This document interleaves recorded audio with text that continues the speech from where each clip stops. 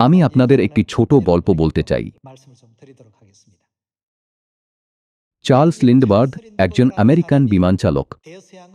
তিনি প্রথম ব্যক্তি ছিলেন যিনি বিমানযোগে আটলান্টিক মহাসাগর অতিক্রম করেন। নিউ ইয়র্ক সিটি থেকে প্যারিস পর্যন্ত প্রথম বিরতিহীন বিমান যাত্রা সম্পূর্ণ করার জন্য তিনি ইতিহাসে লিপিবদ্ধ আছেন।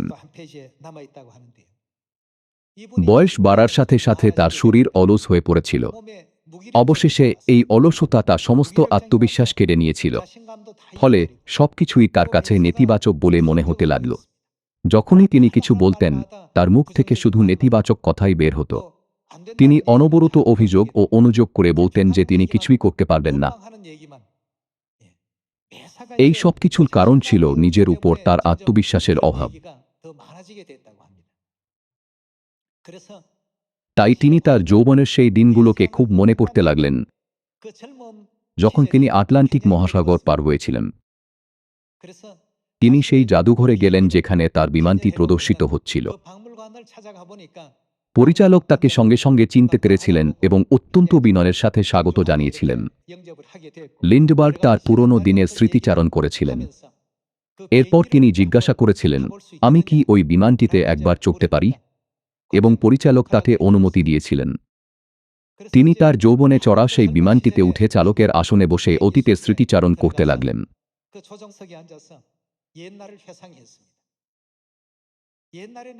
একসময় আমি এই বিমান চালিয়ে নিউ ইয়র্ক থেকে প্যারিস পর্যন্ত ৫,০০০ কিলোমিটারেরও বেশি দীর্ঘ পথ পাড়ি দেওয়ার মতো দুঃসাহসিক প্রতিদ্বন্দ্বিতা গ্রহণ করেছিলাম। পুরনো ভালো দিনগুলোর জন্য আকুল হয়ে তিনি চোখ বন্ধ করে এক মুহূর্তের জন্য নিজের যৌবনের কথা ভাবলেন। কিছুক্ষণ পর তিনি চোখ খুললেন। তখন তিনি বুঝতে পারলেন যে বিমানটিতে কোনো ড্যাশবোর্ড ছিল না। তিনি হতবাক হয়ে গেলেন। সব বিমানেই কি ড্যাশবোর্ড থাকে না? ড্যাশবোর্ডে অবশিষ্ট জ্বালানির পরিমাণ এবং বিমানটির উড্ডয়ন পরিস্থিতি সম্পর্কিত তথ্য দেখা যায়, কিন্তু সেখানে কোনো ড্যাশবোর্ড ছিল না, এমনকি কোনো অল্টিমিটারও ছিল না। এই যন্ত্রগুলো একটি বিমানের জীবনরেখার মতো, কিন্তু সেগুলো কোথাও দেখা যাচ্ছিল না। তাই লিন্ডবার্গ অবাক হয়ে পরিচালককে জিজ্ঞাসা করেছিলেন, এটা কিভাবে সম্ভব? পরিচালক উত্তর দিয়েছিলেন, আমি তো এটাই জিজ্ঞাসা করতে চেয়েছিলাম। আমি এখনো বুঝতে পারি না, আপনি কি করে এমন এক টুকরো ভাঙা লোহা নিয়ে আটলান্টিক মহাসাগর পার হওয়ার কথা ভেবেছিলেন?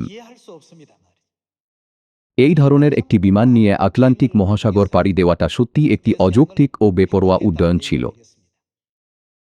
তরুণ লিন্ডবার্গ কেন তার বিমান থেকে ড্যাশবোর্ডটি সরিয়ে ফেলেছিলেন? ওজন আরও কিছুটা কমানোর জন্য। বিমানটি আরেকটু হালকা হলে সীমিত জ্বালানিতে আরও বেশি দূর ওড়া যাবে।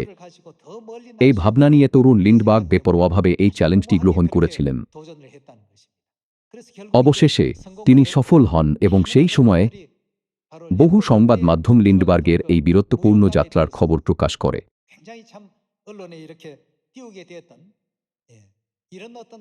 আপনি তো সেই ব্যক্তি যিনি এমন এক অসাধারণ ঐতিহাসিক কীর্তি সম্পন্ন করেছিলেন, তাই না? পরিচালক বিস্ময়ের সঙ্গে বলেছিলেন। ঠিক তখনই লিন্ডবার্গ বুঝতে পারলেন যে কেন তিনি আত্মবিশ্বাস হারিয়ে ফেলেছিলেন এবং দুর্বল ও নিস্তেজ বোধ করছিলেন। এর কারণ তার বার্ধক্য ছিল না। তিনি এই উপলব্ধি করেছিলেন, আমার বয়স বা দুর্বল শরীর আমাকে বৃদ্ধ করেনি।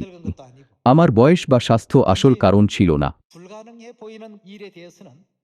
যেদিন থেকে আমি নিজেকে চ্যালেঞ্জ করা এবং অসম্ভব মনে হওয়া কাজগুলো করার চেষ্টা ছেড়ে দিয়েছি, সেদিন থেকেই আমি আমার যৌবন হারিয়ে ফেলেছি। ভাইয়েরা ও বোনেরা, আমরা কি সবাই ভোরের শিশিরের মতো যুবক নই? যেহেতু আমরা ঈশ্বরের যুবক, তাহলে সুসমাচারের জন্য আপাতদৃষ্টিতে অসম্ভব কাজগুলো চেষ্টা করে দেখলে কেমন হয়?